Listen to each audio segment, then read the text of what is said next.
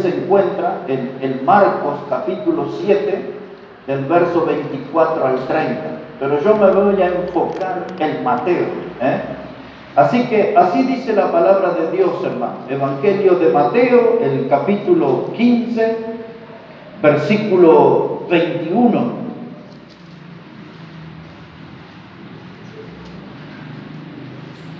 Dice la palabra: saliendo Jesús de allí, se fue a la región de Tiro y de Sidón.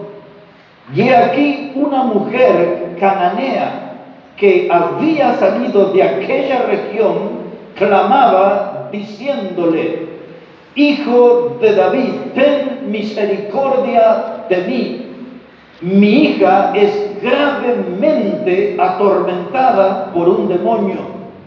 Pero Jesús no le respondió palabra. Y entonces, acercándose sus discípulos, le rogaron diciendo: despídela, pues da voces tras nosotros.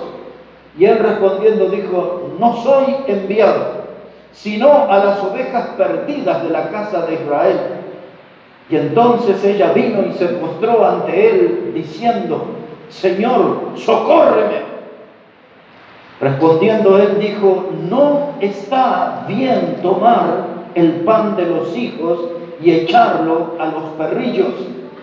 Y ella dijo: sí, Señor, pero aún los perrillos comen de las migajas que caen de la mesa de sus amos. Y entonces, respondiendo Jesús, dijo: oh mujer, grande es tu fe, hágase contigo como quieres. Y su hija fue sanada desde aquella hora. Esta historia, hermano, nos habla que sucedió en la región que se conoce como Tiro y Sidón. Un día Jesús predicó y dijo que el castigo iba a ser más leve para Tiro y Sidón, porque era una región de gente pagana, de gente de corazones duros y cerrados para Dios. Y en esa región estaba el Señor Jesús, y le salió al cruce una mujer cananea. En la porción de Marcos que le cité, dice que la mujer era griega, sirofenicia. O sea, Marcos aporta más datos a esto de lo que nos da Mateo. Pero esta mujer viene ante Jesús desesperada. Dice la Biblia que esta mujer estaba aquí clamando. Marcos cuenta que esta mujer se postró delante de Jesús. Ella estaba realmente desesperada, tenía una enorme necesidad. Su hija estaba siendo atormentada por un demonio, maltratada por el diablo. La Biblia dice aquí, si usted pone atención en el verso 22, en la parte final, dice que la hija estaba gravemente atormentada por un demonio. Gravemente atormentada. No era que el diablo venía y no la dejaba dormir, la ponía nerviosa. No, la atormentaba gravemente. Y esta mujer se presenta delante de Jesús pidiéndole misericordia. Que Él tuviera misericordia por su situación. La palabra misericordia que hemos estudiado otras veces habla de un sentimiento de compasión por los que sufren. En otras palabras, la mujer le estaba diciendo: Jesús, yo estoy sufriendo en gran manera, necesito que tengas compasión. No un poco de simpatía, sino que necesito que te ocupes de mi sufrimiento y le des solución a mi sufrimiento. Ella estaba pidiendo misericordia. La palabra misericordia significa ocuparme de las desgracias o ocuparme de lo que le pasa a otras personas, de las miserias que viven otras personas. Y ella estaba ahí pidiéndole angustiada esa ayuda a Jesús. Y es bueno ver esto porque muchas veces en la vida, hermano, vamos a tener momentos de angustia, de desesperación. Y vamos a tener que aprender cómo clamar a Jesús en esa situación. Imagina una madre desesperada Le habían tocado la vida de su tesoro precioso, su hija. Era el diablo el que la estaba atormentando. Era el diablo el que la estaba aquí maltratando a la hija de ella. Y ella viene delante de Jesús y cita un título de respeto. Le dice, hijo de David. Ella está diciendo, conozco tu historia hasta tu raíz. Tú eres la raíz de David. Tú eres descendiente de David. Tú eres de la línea de aquel David que se ocupaba de su pueblo y cubría las necesidades de su pueblo. Tú tienes en tu sangre la historia de David, de un rey que amaba a su gente. Hijo de David, compórtate igual, ten misericordia de mí. Ayúdame. Ahí vemos a esa mujer. Su hija estaba atormentada gravemente por un demonio. Y ahora pensamos y recordamos, hermano, cuando el diablo lo atacó a Job. ¿Se acuerdan que trajo aquella sarna maligna? La Biblia dice desde los pies hasta la coronilla. Todo aquello, hermano, era un estado de pudrición el cuerpo de Job. Esa era la enfermedad que le conocían como la lepra negra en su tiempo. Y lo pusieron ahí a Job, allí, hermanos, en un basural, dice la Biblia, sobre cenizas, donde quemaban la basura. No tenía un colchón, no tenía un sillón, estaba sentado en un basural lleno de lepra allí. Y entonces, hermanos, ya sabemos cómo ataca el diablo. Con las hermanas estudiamos a principios de noviembre aquella mujer encorvada, ¿se acuerdan? Que el diablo la había encorvado y esa mujer vivía encorvada. El espejo de su vida era el suelo. Ahí trataba de identificar su silueta, su rostro. Vivía postrada, vivía humillada, una mujer encorvada, porque dice que el diablo había traído esa enfermedad a su vida. Cuando usted lee aquí, mire cómo estamos cerquita, de una vuelta de página y vamos a recordar otro caso aquí en Mateo. Dice la palabra de Dios, Mateo 17, verso 14, para que sepamos cómo ataca el diablo, para entender cómo la hija de esa mujer fue atacada por el demonio. Mateo 17, verso 14, dice, cuando llegaron al gentío, vino a él un hombre que se arrodilló delante de él, diciendo, Señor, ten misericordia de mi hijo, que es lunático y padece muchísimo, porque muchas veces cae en el fuego y muchas veces en el agua. Y lo he traído a tus discípulos, pero no le han podido sanar. Dice aquí este hombre, hermano, que tenía a su hijo, que era atacado también, hermano, por un demonio. Padece muchísimo, dice. Y vinieron los apóstoles y no pudieron sacar el demonio del muchacho. Y el demonio lo agarraba y veía fuego y lo tiraba en el fuego. Y a veces lo sacaba del fuego y lo tiraba en el agua. Y ese muchacho era lunático. Una persona lunática habla de una persona que tiene un carácter cambiante. Puede ser un depresivo que pasa a estar muy eufórico. La palabra lunático es una persona que está en un estado de locura temporal. Es decir, que cada tanto se pone medio loco. Eso es un lunático. Y ese muchacho tenía esos problemas y el demonio se aprovechaba de esa situación y lo tiraba al muchacho al fuego, y a veces lo sacaba del fuego y lo tiraba en el agua, o el demonio lo quería matar quemado o ahogado. Pero hay un caso similar. ¿Ve cómo trabaja el diablo? Y este hombre también vino delante de Jesús de rodillas, y se notó igual que la mujer. Este hombre le dijo, ten misericordia. Y van a la fuente de la misericordia. Cuando nosotros en nuestra vida pasamos tiempos difíciles, cuando estamos atormentados, cuando estamos invadidos de preocupación, de aflicción, tenemos que recurrir a aquel que es la fuente de misericordia, que se ocupe de nuestros problemas, que atienda nuestra miseria, que aporte una solución al drama que estamos viviendo. Por eso esta historia y la lección es muy especial para mí hoy, porque esta lección nos va a enseñar cómo acercarnos a Jesús, cómo acercarnos al Señor.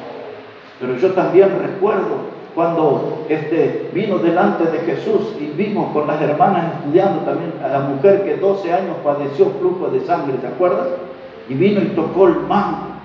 Esa mujer también había sido maltratada. Esa mujer había padecido. El diablo no le daba paz a esa mujer. Y allí también vimos, una vez estudiamos aquí sobre aquel hombre leproso, en Marcos capítulo 2, que se postró delante de Jesús y le dijo: si tú quieres, puedes limpiarme. ¿Se acuerdan? Y allí el Evangelio de Marcos enseña de un hombre que tenía la mano seca y se presentó delante de Jesús. Todos los que pasan por los grandes dramas de la vida tienen que saber cómo acercarse a Jesús. Y aquí vemos esta mujer, una madre sufrida, una madre en un estado de desesperación, una madre que nos hace recordar de Marcos capítulo 5 también, cuando estaba aquel endemoniado gadareno. ¿Se acuerdan? Que el diablo había entrado en él y ese hombre vivía en los cementerios, y la Biblia dice que andaba gritando y aullaba, y dice que tomaba piedras y se lastimaba, hasta que se encontró con Jesús. Y tenía como 2000 demonios que terminaron en los cerdos, y los cerdos no soportaron el demonio y se tiraron al abismo, al precipicio. Ya hemos citado varios casos de cómo ataca el diablo, ¿no? Para entender qué clase de ataque estaba recibiendo la hija de esta mujer.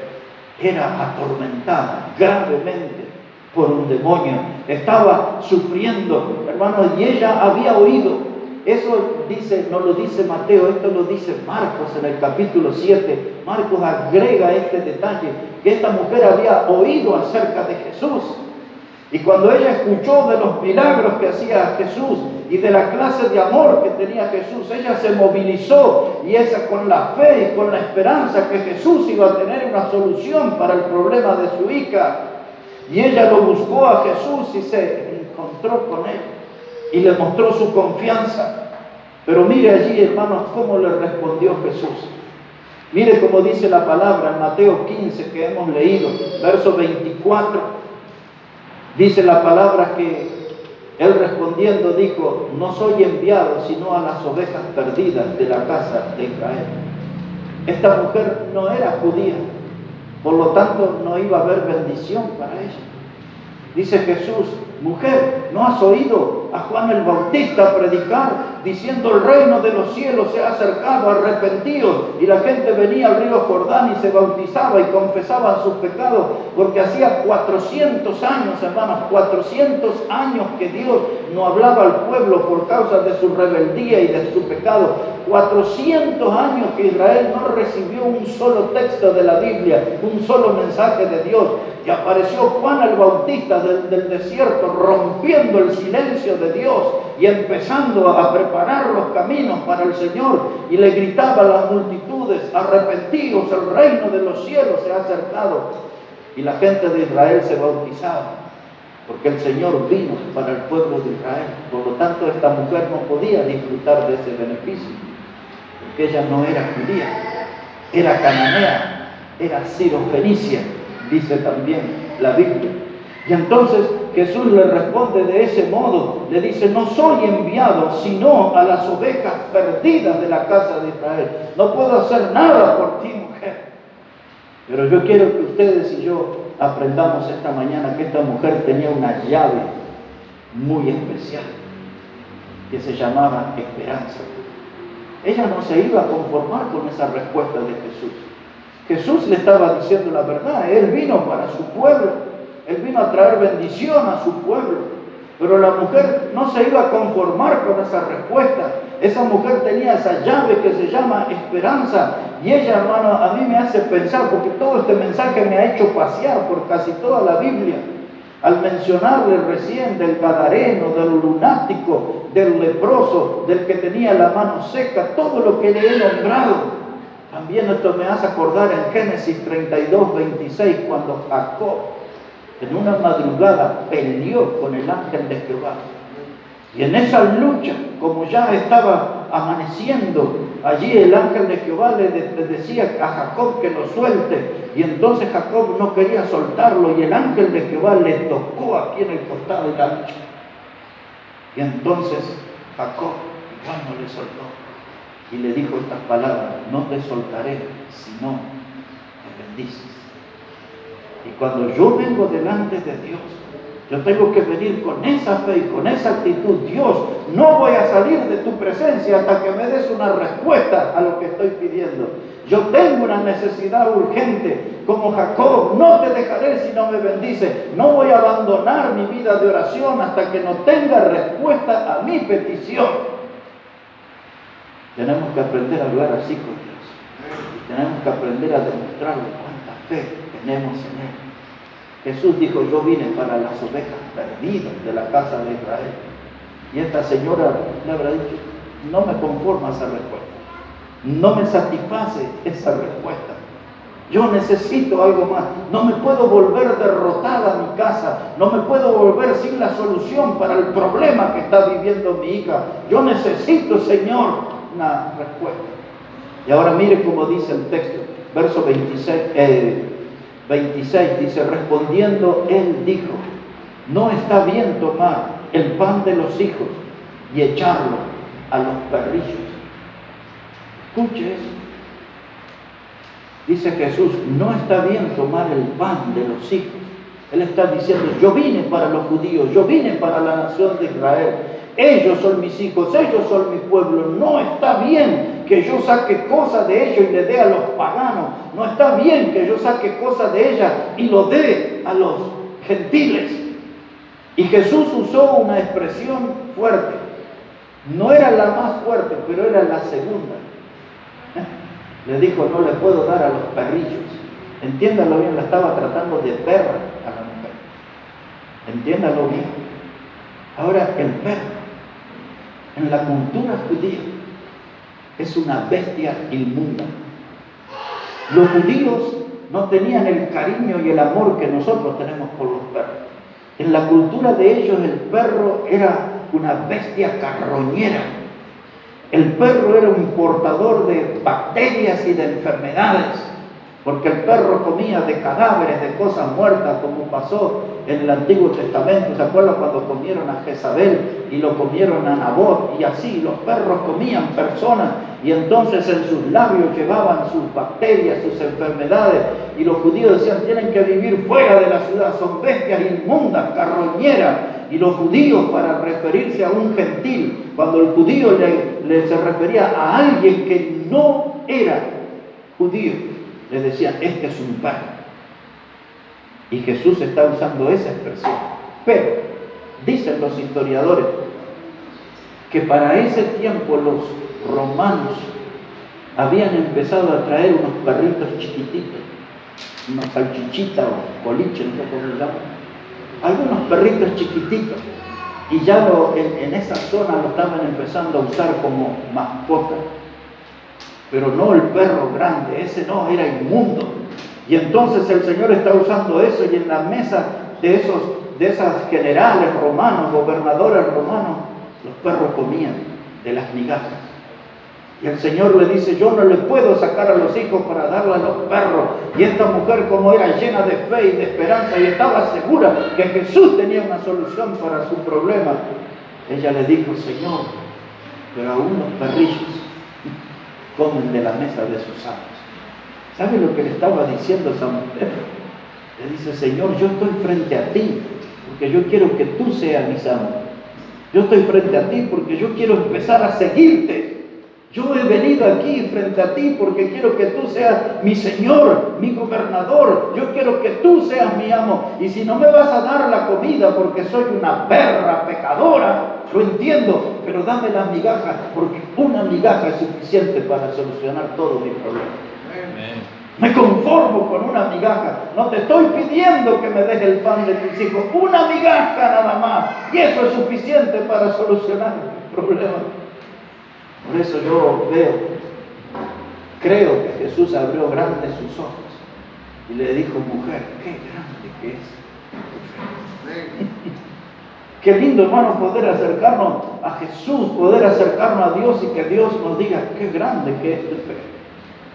Qué lindo que Dios nos vea cada mañana o en distintos momentos del día y que Dios con una sonrisa nos diga otra vez por acá en oración. Qué lindo, qué grande que es tu fe. ¿Cuánto hace que no vamos delante de Dios en oración? Qué grande. Hermanos, el hábito de la oración es tan bueno. Yo si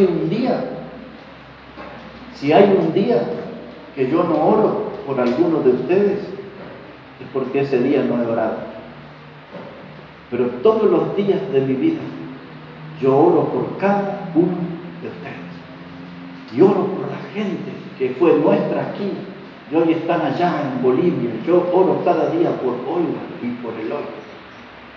Por Wilson y por Zul, por Walter, por Jan, por Roberta, por Marco. Cada día yo oro por el hermano Bernardo, por Valeria, por Gustavo. Me puedo acordar de todos los nombres, porque yo oro por todos. La iglesia que Dios me dio por 26 años para que yo pastoreara, yo oro por toda la gente de esa iglesia, todos los días. Y si un día no oro por ellos, es porque no he orado ese día. Y oro por la iglesia en el Uruguay, en Salta, y tengo la dirección por los de la calle Juncal 56, y empiezo por los hermanos. Y algunas veces, con menos frecuencia, algunas veces cuando mi tiempo de oración se extiende, empiezo a orar por los hermanos en Córdoba, en Jujuy, en Tucumán, y paso así por mi mente en oración por todo Bolivia, por los pastores. Porque es lindo que Dios nos vea delante de Él en oración.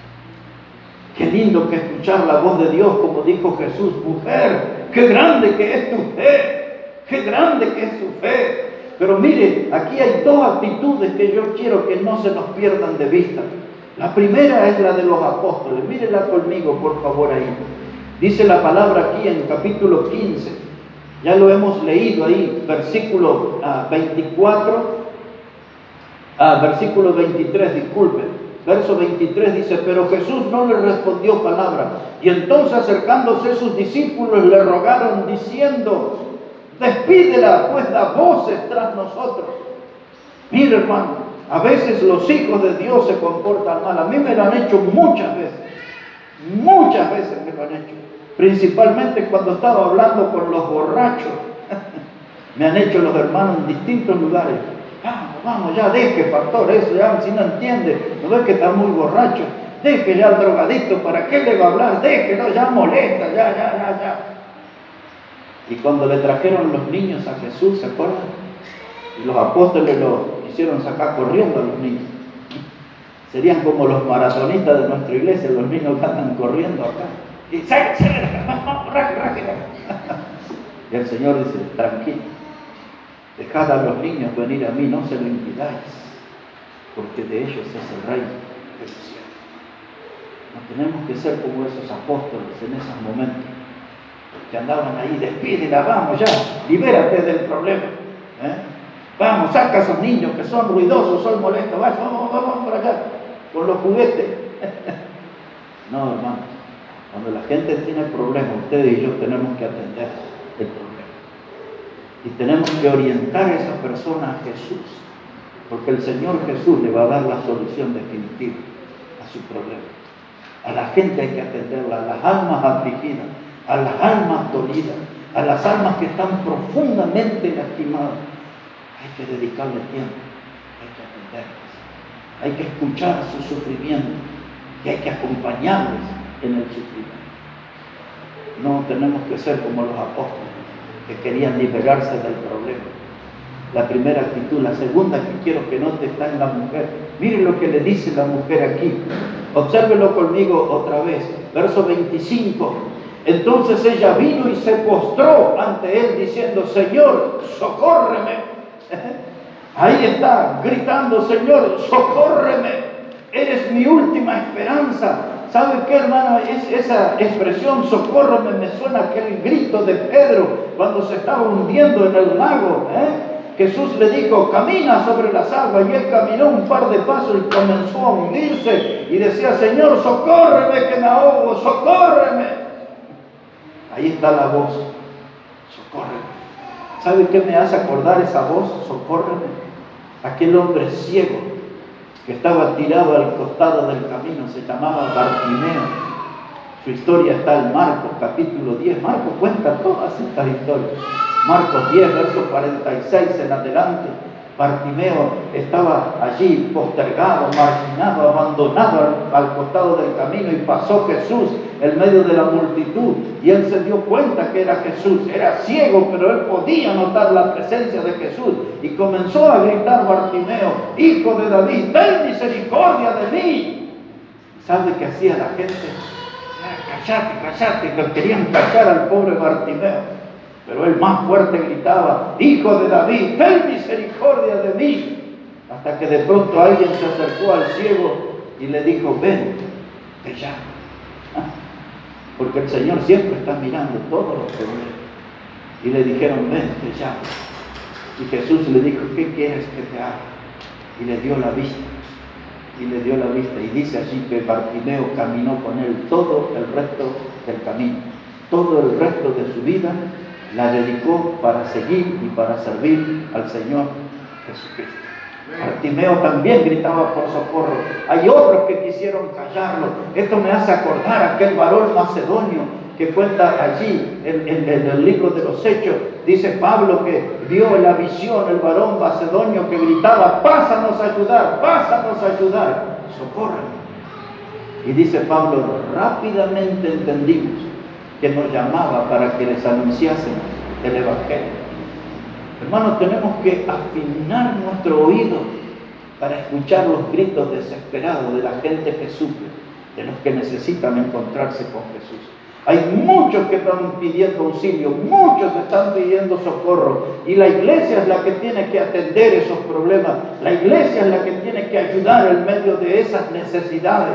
La iglesia, hermano, no está limitado a un culto del domingo. La iglesia tiene que atender a la gente, tiene que dedicarse a las almas sufrientes. La iglesia tiene que llevar el mensaje del Evangelio, un mensaje de consuelo, un mensaje de salvación, un mensaje de bendición. La iglesia tiene que hacer eso. No corramos a los sufridos. ¿Se acuerdan de aquel muchachito que venía aquí borracho? Y nos sentamos y le hablamos. Y él no entendía, pero él volvió otra vez. Varias veces vino. Y a nosotros a veces nos incomoda el olor, la molestia que separa y todo.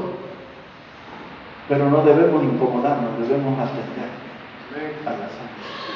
Y aquí está esta mujer cananea, una mujer muy pecadora. Ella está diciendo: que me trates como una perra no me ofende, porque lo soy, porque estoy envuelta en el pecado. Porque entienda esto conmigo, hermano, esta mujer no tenía lugar para Dios en su vida. Dios no estaba en su hogar, por eso el demonio entró en su hija. O sea que lo que ella estaba diciendo era evidente que no tenía defensa delante de Jesús. Cuando él le dijo de los perrillos, dice: no puedo ofenderme por lo que me está diciendo, porque yo como los perros me revuelco en el pecado. Y si usted ha visto, hermano, si usted tiene perro y un día se le escapa y vuelve con un olor horrible, es porque se revolcó sobre el cadáver de un perro muerto. Porque eso hacen los perros. Y entonces, porque es una forma de identificarse con su propio olor. Y esta mujer, sabiendo todo eso, dice: yo me he revolcado en el pecado. Yo he estado andando de la mano con el pecado, de tal manera que el diablo entró en mi casa y se metió en lo más precioso, en la vida de mi hija. Por eso vengo a ti, socórreme, aunque sea con una migaja nada más. Pero esa mujer tenía fe, tenía esperanza, se acercó a Jesús con educación, con altura, usó el título que correspondía, no le dijo che, no le dijo vos, le dijo hijo de David, el título que él tenía. Se acercó con respeto, se arrodilló. Y ahora hay algo que quiero que entendamos, hermano. ¿Qué tiene que ver toda esta historia con nosotros? La Biblia es el mejor alimento para el ser humano. No hay otro mejor alimento. La Biblia es el pan de vida. Al punto tal que Jesús dijo: no solo de pan vivirá el hombre, sino de toda palabra que sale de la boca de Dios. Porque la Biblia es un alimento como si fuera el pan. La Biblia es el pan de vida. Cuando nosotros pensamos en el Nuevo Testamento, pensamos desde Mateo hasta Apocalipsis. Si nosotros pudiéramos darle todo ese alimento a la gente, y ese sería el pan completo. Pero si le damos una migaja, yo le voy a dar la mejor migaja, y sería Juan 3:16. Y le voy a decir más, ni siquiera le daría toda la migaja, la mitad de esa migaja del pan de vida sería suficiente para salvar a esa persona. La mitad que dice, y todo aquel que en él cree no se pierde, mas tiene vida eterna. Esa migaja del gran pan que es la Biblia sería suficiente para salvar eternamente a una persona. ¿Sabe qué? El mundo nos está pidiendo que le demos esa migaja. Nos está pidiendo que le enseñemos Mateo, Marcos, Lucas, Juan, Hechos, Romanos, Corintios. Es una migaja. Esa migaja es suficiente para ser salvo. Una porción de Juan 3:16 alcanza para llegar al cielo por toda la eternidad, hermano. Una migaja es lo que pedía esa mujer. Una migaja nomás es lo que necesita este mundo para heredar la vida eterna. Mi pregunta es, ¿podremos nosotros dar esa migaja? ¿Tanto nos cuesta?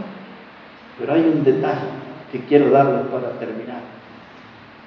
El Señor, esta mujer le dijo al Señor que las migajas que caen de la mesa de los amos, ella le estaba diciendo, yo necesito una migaja que venga de ti, mi Señor. Yo quiero que tú seas mi amo. Y una migaja que caiga de tu mesa, con eso ya me alcanza. Con eso ya me alcanza. Jesús la miró con asombro y le dijo, oh mujer, grande es tu fe, que se haga como tú dices. Pero le voy a llevar a Marcos 7, verso 30, y ahí vamos a terminar el mensaje.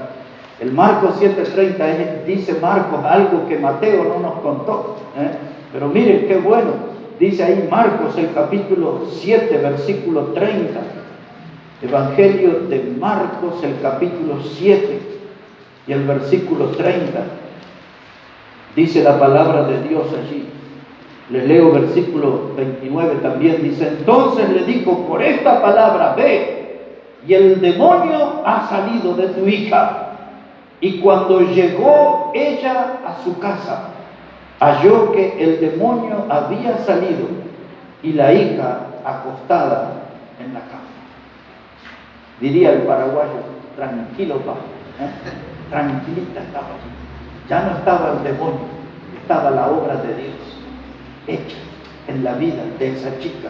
Estaba la bendición premiando la fe de esa mujer que se conformaba con una migaja nada más del Señor. Una migaja. La insistencia, la llave de la esperanza, la búsqueda de Jesús fue suficiente para que hallara solución al grave problema y expulsaran al demonio que atormentaba gravemente a su vida. Así que en las horas oscuras de nuestra vida, en los tiempos delicados que vendrán sobre nuestra vida, ya sabemos a quién ir, ya sabemos cómo ir y ya sabemos qué esperar. Una migaja es suficiente para solucionar. En la historia hubo un hombre que es muy citado por los teólogos, los predicadores, hizo cosas buenas y muchas malas. El nombre de él se llamaba Agustín de Hipona. Muchos le llaman San Agustín. Agustín de Hipona. Era un hombre muy pecador, dedicado a los vicios, al alcoholismo, a las mujeres. Ese hombre fue de los padres de la religión romana. Es de las personas más veneradas, nombradas, San Agustín. Era un terrible pecador que un día le dio tanto asco su propia vida que se fue a vivir a una gruta, a una cueva. No quería ver a la gente, el pecado le había asqueado tanto. Pero la mamá de Agustín era una mujer de fe. La mamá de Agustín oraba todos los días por él. Y algo más, la mamá de Agustín lloraba también todos los días por él. Y un día fue a verlo al predicador que se llamaba Ambrosio. Y le estaba ella diciéndole que ore por su hijo porque estaba perdido en el pecado, atrapado en los vicios. Su vida era la vida de un miserable. Y ese predicador Ambrosio le dijo a esta mujer, le dijo, ten confianza, no puede perderse un hijo por el cual se derrama tantas lágrimas. Ten confianza, no puede perderse un hijo por el cual se derrama tantas lágrimas.